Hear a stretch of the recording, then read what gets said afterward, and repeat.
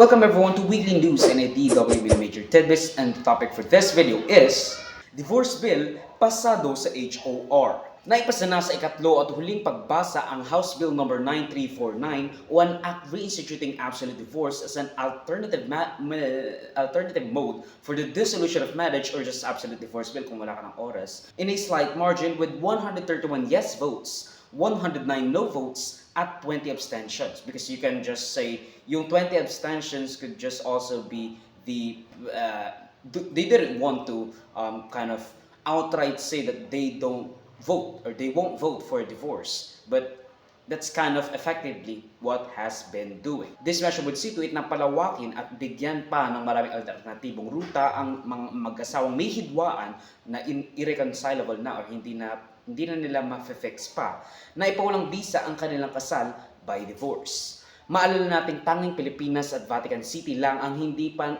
nagpapahintulot ng divorce. The Philippines and Vatican don't subscribe to this legal marriage dissolution solution. Which is why you need to subscribe to my channel to be kept up to date sa mga Philippine news happenings, considering probably 100% of you are not subscribed to this channel dahil marami nga akong views, as you can see, at least the past few weeks. And I even crossed the 1,000 hour mark for the 365 days, 1,000 hour watch time. Pero my watch retention is a bit lacking, so watch until the end of the video kasi marami pa tayong itatalakay, katulad ng yung si Donald Trump na kasuhan or convicted na siya ng 34 cases of falsifying business records sa New York to pay some porn star to keep her mouth shut.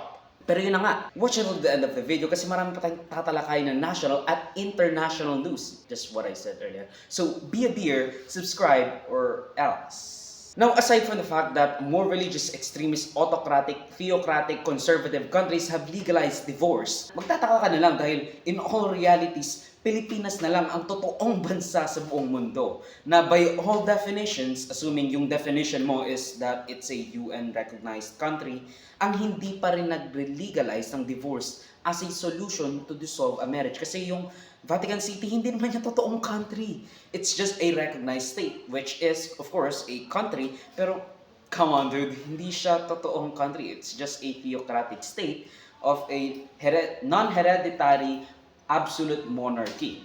So, you know that. Did you know that the Pope is also the king of the Vatican City? Pero yun na nga, sabi nga ni na Representative Ed Selagman and Juliet Ferrer in their explanatory note na kanilang binigay back in June 30, 2022, nung una nilang, or at least nung previously nilang hinain yung act of instituting divorce as a mode or alternative mode to dissolve a marriage, na bagamat ating tinitignan ang pagkasal as a wonderful thing, as one of the happiest days ng couples na yun, ng dalawang or ng isang mag-asawa, pledging lifelong commitment to one another. Kahit gaano kayo kasaya nung pumasok kayo sa union at nag-abala kayong pumirma at nagpalit-palit pa nga kayo ng pangalan ng di ba, yung sa emergency contact ng lalaki, nagpalit ng sa mga legal records ng babae at pumirma sa mga legal documents, as I said earlier, may mga pagkakataon na maaaring mag-breakdown ang inyong union bilang mag-asawa through numerous irreconcilable differences despite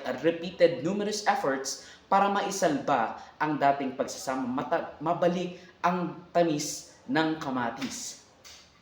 What the fuck am I saying? And this is an issue of women's rights to escape loveless, unhappy, and abusive marriages. And this is me saying it kasi I know that in the future, if I do become a freaking politician, I'd probably I'd probably have many loveless marriage, or at least marriages that have been broken. I don't wanna ayokong pangunahan yung sarili ko, but I'd probably be destructive enough to do that. Pero yun na nga. Let's be real, most of the time, women are the underdogs. Kaya natin siya tinatawag na women's rights issue.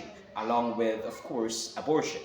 The abused. Yung nagtitiis sa mga gunggong na asawa to keep the family intact and together. Para mabuo yung, or at least magkaroon ng pamilyang buo yung ating mga anak, yung anak nila. Kahit nabugbugin na siya ng paulit-ulit para lang maging buo ang kanilang pamilya na parang ginuglo yung isang basag or nabasag na pinggan. I mean, sure, technically buo, but the cracks are already there. At flimsy na ito, kapag ginalaw-galaw yun, baka mamaya masira na naman. Simula nang nagkaroon ng violent force that acted upon the pinggan, that broke the metaphorical plate. Which is why may sustento na mabibigay in an event of a divorce sa may primary custody ng isang bata, which is kind of already or mostly the women. They also cited Te versus Te from February 13, 2009, with the Supreme Court saying na the severance of the marriage bond is a decent interment of a long-dead marriage. Kung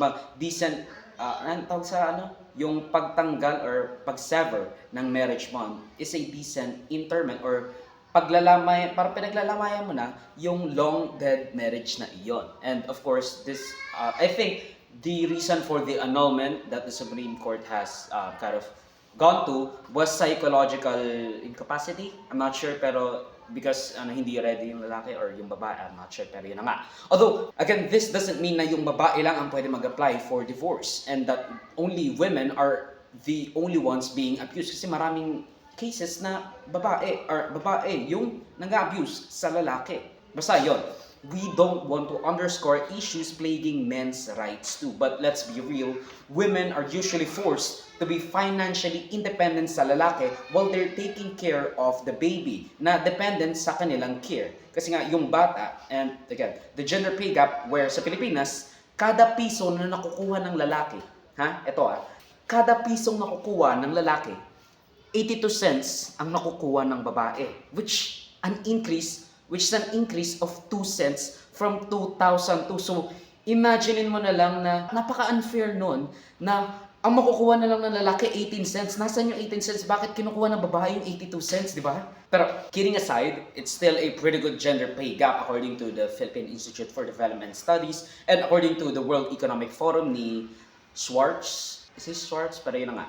Pang 19 tayo, which is incredibly high, lalo na sa Asia. Kumbaga, in all honesty, napakaliit ng ating gender pay gap. Kahit na in all realities, the only good gender pay gap is 0 cent pay gap dahil nga, syempre, ang ginagawa ng babae are the same. Same work, same hours, same product. I mean, the patriarchy. Come on!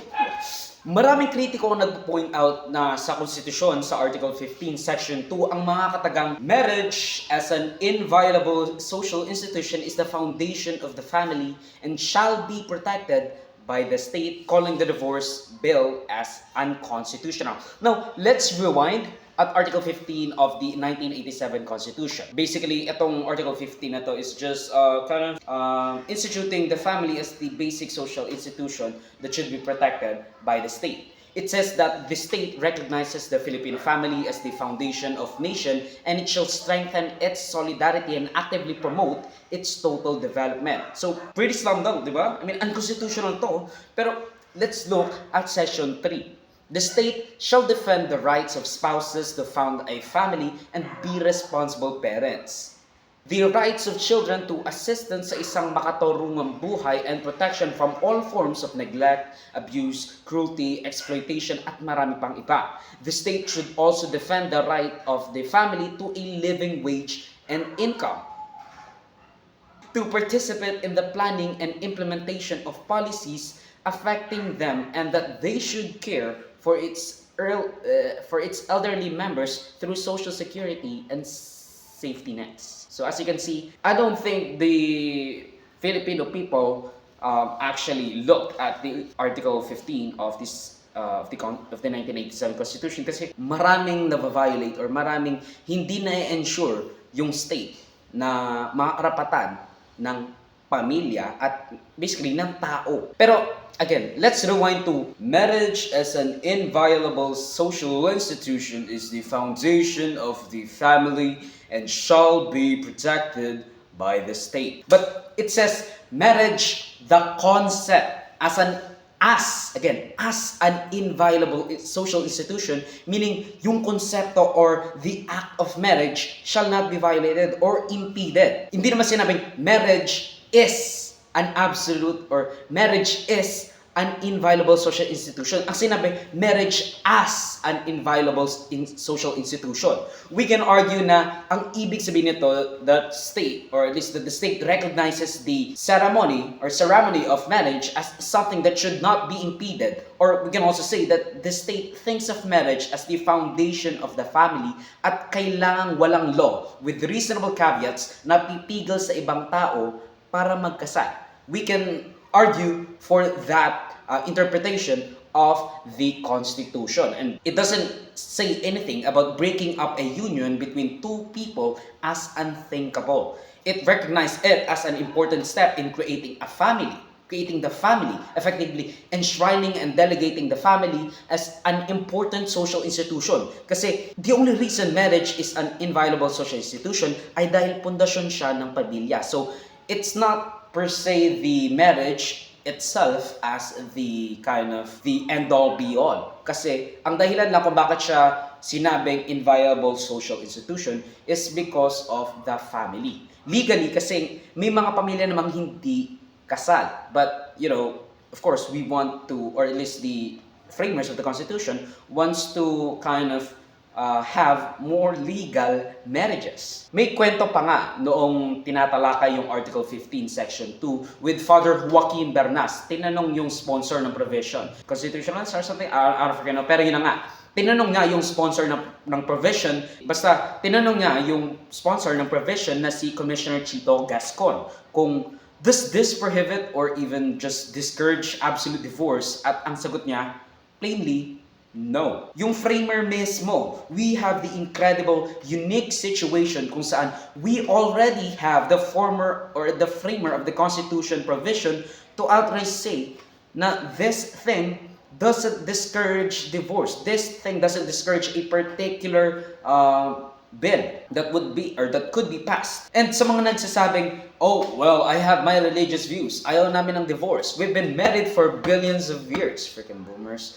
And we don't agree to divorce. Well, don't get one. Hindi ka naman pinipilit. Kung ganoon yung interpretation mo sa holy books mo, sa freaking Torah, Quran, or whatever, kung ganoon din ang interpretation mo sa holy books mo, na by the way, hindi mo naman binabasa, then don't. Hindi ka pinipilit. Hindi porque ayaw mo kasi we're a Catholic nation. Well, so is Brazil. So is China too, by numbers. 44 million Christians, 6 million Catholics. Pero they have divorce as an alternative solution, dissolving marriage because again, marriage is a legal concept, not a religious concept, or it shouldn't be a religious concept, or it can be a religious concept, but concerning the state, concerning the nation, it's a legal concept, not a religious concept. Hindi church ang nagbabasbas ng marriage nyo. Hindi church ang nagbibigay ng solidification sa marriage nyo, kundi yung estado. And so again, they have divorce as an alternative solution dissolving marriage. I mean, even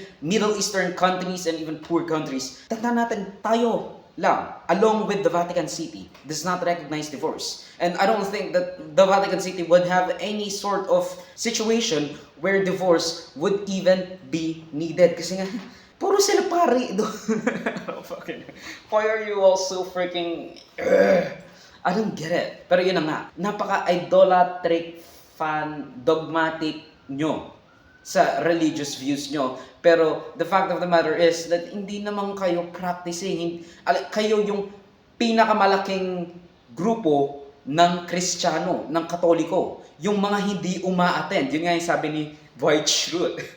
Pero yun na nga, the church does not have a monopoly on marriage kasi it predates Islam, Christianity, and even Judaism, and many more. Don't worry, yung mga nagpapakasal sa both sa church at sa law, well, those are different. If the church does not recognize divorce as implemented by the state, kasal na rin kayo as long as the church is concerned. They are yours to abuse.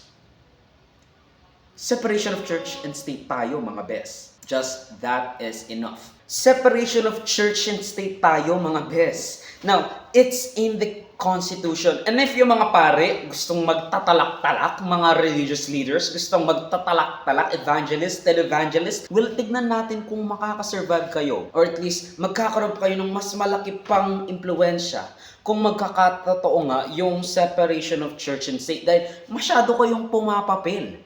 Ha? Tandaan niyo yan. Masyado kayong pumapapil that you don't even have to kind of be or at least elected to a position kasi yung influence nyo napakalaki na. Nag-endorse kayo ng mga kandidato that gives you an outsized influence in local, regional, and national politics. How is that separation? Pero sure, I understand that when the Constitution says the separation of church and state shall be inviolable, it pertains to different stuff. Ang sinasabi lang naman sa separation of church and state shall be inviolable is all about us not receding to a theocracy. Kung saan ang mga pare, friar, obispo, kardinal, ang nakaupo sa pwesto, unelected, and that no law shall be made to favor or prejudice a religion. Freedom of religion too. Kasi kung dominant ang isa, there will be some law that may be made to, again, favor or prejudice a religious group, but it also applies na you can associate yourself with any religion and also with none.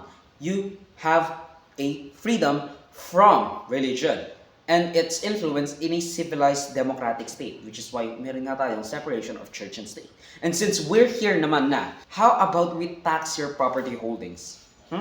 Just to, get it. Because, that's where that's where tons of your money or your net worth is from. That doesn't really mean anything with regards to the separation of church and state. And if anything, it kind of violates it. Kasi you're giving them tax breaks. You're not taxing those that, hold property holdings or that have property holdings. Kasi, again, they're still a citizen of the Philippines. If they don't pay taxes for their property, because Georgism and all that stuff, it's favorable to a religion or sect or whatever. It's favorable to the religion or favorable to, I guess, many religion. Kung ako, if I'm an atheist, tapos ako hindi ako makakuha ng tax break or hindi natataksan yung ang aking amilyar. The tax system would be favorable to a religion or a sect. How is that separation of church and state, di ba? Kung may outsized influence kayo sa political, economical at social state ng sangkatauhan ng ating bansa, why not tax you all? Because that's how you maintain your influence. Yung pera nyo, kayo kayo mayaman kasi hindi kayo tinataksan. How is that fair to us? By not taxing, we are giving them a favor. And kung ako gumawa ng isang relihiyon and they don't give me tax breaks, well, that's favoring a religion or disadvantaging a religion in prejudice for another religion's or pre-existing religion. Si Senadora Villar nga ang sabi, I have a very happy family life, so I'm not in favor of divorce. I mean, okay? Ano pa ko? Happy for your family. If not even a little envious kasi if I have a family worth billions of pesos and even dollars with a family ideologically aligned, controlling an outsized influence over PH politics na yung kasiyahan ko would mean depriving people of avenues to be happy themselves too. Napakaswerte naman ni Senadora sa pamilya niya, pero magiging swerte rin kayo if you subscribe to my channel. I don't know why I added that in the description, pero yun na nga. And doon naman sa nagsasabing, may annulment naman, bakit kailangan pa ng divorce? Kung halos parehas lang naman sila, well, kung halos parehas lang naman sila, bakit nagpuputok butchi mo? Bakit nagpuputok butchi mo sa divorce, sa pagpasa ng divorce? Because it is not similar in any way. They have different grounds for divorce. Sa annulment, you're making a marriage as if hindi siya nangyari. Nagiging null siya because of pre-existing conditions before the marriage and the vows even took place that was found after the fact. Either impotent, barren, walang person or walang parental consent ang isa or yung dalawa sa party is under 18, insanity o pagkabaliw, fraud, psychological incapacity, pinwersa ka, hindi mo alam nangyari or hindi mo alam yung mga nangyayari, you can't consummate a marriage, intimidation o may STD yung pinakasalan mo. All of those are grounds for annulment. Pero those are only when pre-existing yung mga condition or situation when the marriage was institutionalized. Hindi nangyayari after the vow or at least after the vows were spoken at naging legal na yung union na mag-asawa silang dalawa. Divorce is all about the marriage after the fact, after the vows have been spoken, after the documents have been signed. after the marriage took place. Yung mga nangyari nung nagsasama kayo from physical, psychological, and mental torture or abuse, bigamy, adultery, concubinage, at marami pang iba. I don't think bigamy pa rin naman. Ayan ang mga pwedeng maging grounds for divorce. A pretty wide range, but they're crucial. Kasi di ba nga sabi, hindi mo tunay na makikilala ang isang tao hanggat hindi mo pa siya nakakasama ng matagal. No matter how long you've been boyfriend, girlfriend, partners, fiancé-atics, you don't really know until, or at least you don't really know someone until you live with them. Kasi we put our best foot forward in front of our loved ones. That's not being disingenuous though I can argue that would constitute as fraud, which can be grounds for annulment. I don't know why I'm keeping on winking. We can also say na homosexuality is a pre-existing condition, or at least kasi people don't choose to be gay, but no one really knows, right? So you can just say, hey, I'm actually gay, so that's a pre-existing condition because no one chooses to be gay. So you can annul my marriage right now. Now, if you're pretending to legally get out of marriage, I guess you could argue that, but I don't think that will hold up in court or unless we don't need divorce. Magkaiba ang divorce at annulment, with divorce concerning mostly only of what happened in the marriage, while annulment is what are the qualifying issues na makikita before the marriage even happened at naitago lang or hindi talaga legal yung pagpapakasal nila. Now, I've only skimmed through House Bill 9342 and of course, there will be those who will abuse this once the time comes. Mga gold digger, nasisira ng pamilya just to get money in an event of a pagpapadivorce nila with no prenuptial agreement, taking probably 50% of which are one of the things that the breadwinner of the family needs to reconcile with. Kaya dapat kahit wala kayong pera ngayon, ako kahit wala akong pera, kapag magpapakasal ako, I'd have a prenuptial agreement ready. Or this, I should have a prenuptial agreement ready. Kasi nga, baka yumaman tayo, di ba? Tapos, kapag yumaman tayo, hindi pala talaga tayo mahal ng asawa natin. Di ba? Pero, nakikita niya na baka yumaman tayo. So, ang gagawin niya, kapag yumaman na tayo, kukunin niya yung kalahati. So, again, in all seriousness, this is long overdue. Let us give people their right to find life, liberty, and the pursuit of happiness. We fought for these ideals, we shouldn't settle for less. These are wise words of the President wrote them, and the President code them, though not surprised you guys, cause I wrote them. Now, Hamilton persists. Sure, you're happy with your family and congratulations to that you picked the right person or people to start a life with. But why would you deprive someone of a chance to have your graces, to have your blessings, to have your fortunate or being fortunate, to have your fortune, yung swerte mo? This is mostly about women's rights. You are most likely to be abused, taken advantage of, left to take care of the child. And I'm not saying na hindi ito nangyayari sa mga lalaki. Because of course, it does happen to guys. Huwag sana nating hadlangan ang mga mag-asawa na kung noon ay masaya sila, which is why they even went to this. Huwag sana nating hadlangan ang mga mag-asawa na kung noon ay masaya, ngayon hindi na. There's no point in staying in a long dead marriage. It only builds resentment, and divorce to resolve a marriage could give some form of a formal closure at respectable mutual decision to part ways. It's relatively dignified. Certainly more than y'all, or certainly more than if y'all separated and technically commit adultery or concubinage, but since no one is kind of prosecuting you because you're both mutually apart, divorce is still, again, I can attest to the fact, yes, I can't attest to the fact, but I have seen some stuff. Divorce is destructive, and aside from providing an avenue, kailangan din natin gawin itong affordable. Let PAO handle some cases. Kasi the bunch of people that would need a divorce would be those that need it. Yung mga inaabuso, mga inabuso. Ang divorce at annulment sa ngayon, pangmayaman. From lawyer fees alone, kailangan pa may dagdag para mapibilis yung siste. And also, do prenups. Destructive yun.